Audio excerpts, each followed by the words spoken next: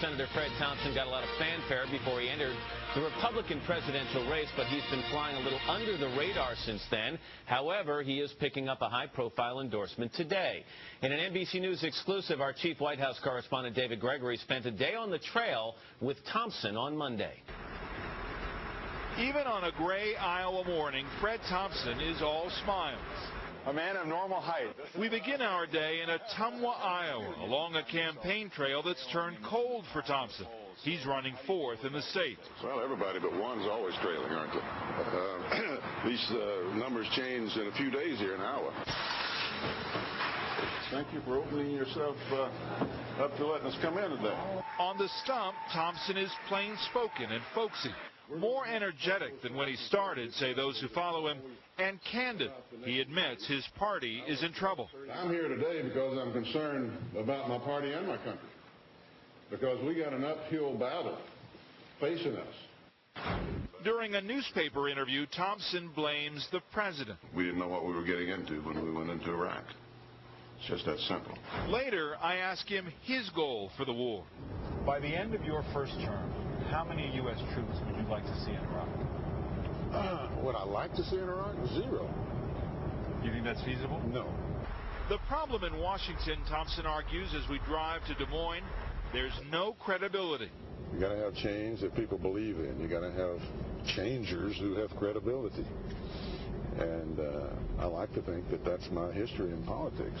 Billing himself as the one consistent conservative in the race, Thompson is selling his anti-abortion views in TV ads now airing in Iowa. And I'm proud to have had a 100% pro-life voting record. Today, he'll pick up a key endorsement from the National Right to Life Committee. This is an issue he can use against Iowa frontrunner Mitt Romney. I have had the same position that I have had from day one. Not with Thompson on this trip, his wife Jerry, who is considered the driving force behind the campaign. A political consultant, 24 years his junior, she raised eyebrows early on when she appeared more senior advisor than spouse. When you're facing an important decision, who's the most important person that you want in the room? My wife. Your wife? Yeah. She's your best advisor? Yeah. In fact, Thompson tells us a call from home is the one thing he can't do without on the campaign trail. That call came with bad news. His wife won't join him at the next stop because their 3-year-old daughter is sick. When Mama got out the suitcase, she started crying.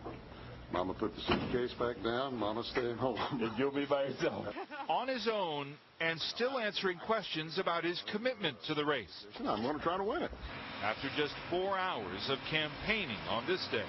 Do you think you're working hard enough to win this thing? Yeah. And to those people who question the pace of your schedule or your commitment or your passion, what do you say? See you election night. In Iowa, just 51 days away. For today, David Gregory, NBC News, Des Moines. Bill Bennett is the host of the radio show Bill Bennett's Morning in America and author of America, The Last Best Hope, Volumes 1 and 2, which have just been released together in a box set. Hey, Bill, good to see you. Thank you. Married men don't live longer. It just seems that way to their wives. Don't get me in more trouble than I'm already in, all right? Yeah, I can do that myself. Okay. Hey, listen, let's talk about Fred Thompson since David just was on the trail with him. It seems to me the bad news for Fred Thompson is not that he's fourth in the poll. It's that over the last month his numbers have dropped. What's wrong with his campaign? Yeah, well, someone said early that demand exceeded supply, that there was so much interest in Fred. He came out, it was a little slow. The debut was dull, as Disraeli would say. But I think it's gotten better. I think he was much better with your colleague, Tim Russert, and I think he's gaining. The problem is other guys seem to be gaining, too.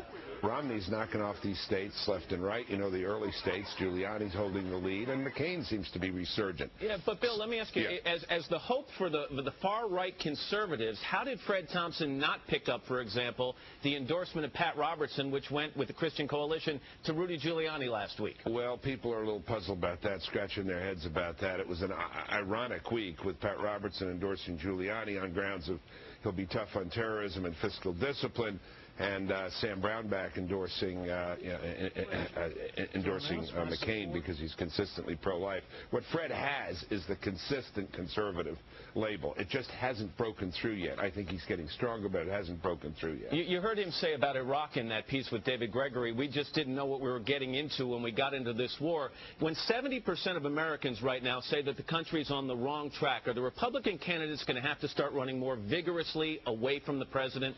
I don't think so. I think they can run on the fact that a lot of mistakes were made, a lot of bad decisions were made. But I still think, as I point out in this book, Americans don't like to go to war, Matt.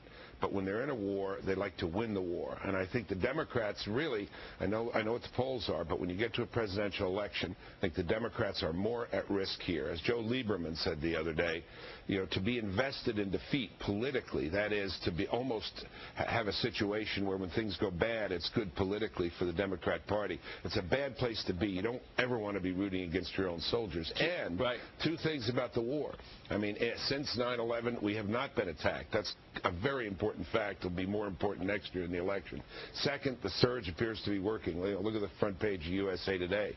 And the Democrats will not acknowledge that. That goes very much against the grain of American thinking. All right, let me just hit you on one thing real quickly. Sure. The economy. We got high energy prices, a weak dollar. We got the housing and credit crunch. How's that going to impact Republican candidates in the coming months? Well, I think the argument will turn. Obviously, there are problems in the economy. I think it's three things for the Republicans. An acronym, WIT, W-I-T. Talk about the war. Talk about the fact that we've been safe. Second issue, immigration, very, very important. Third is taxes, and when it comes to the economy, which you've just mentioned, Republicans are going to say, is raising taxes the solution to the problem? But I'll tell you, all the parties and all the candidates have to address this energy question and alternative sources of energy. But I think raising taxes is not going to appeal to most Americans as an answer to economic problems. Good to see you, Bill. What was the line about marriage again? Never mind. I'm kidding. Yeah, that's right. I don't need to get into trouble myself. We'll see you soon. Thank you, sir. 19 after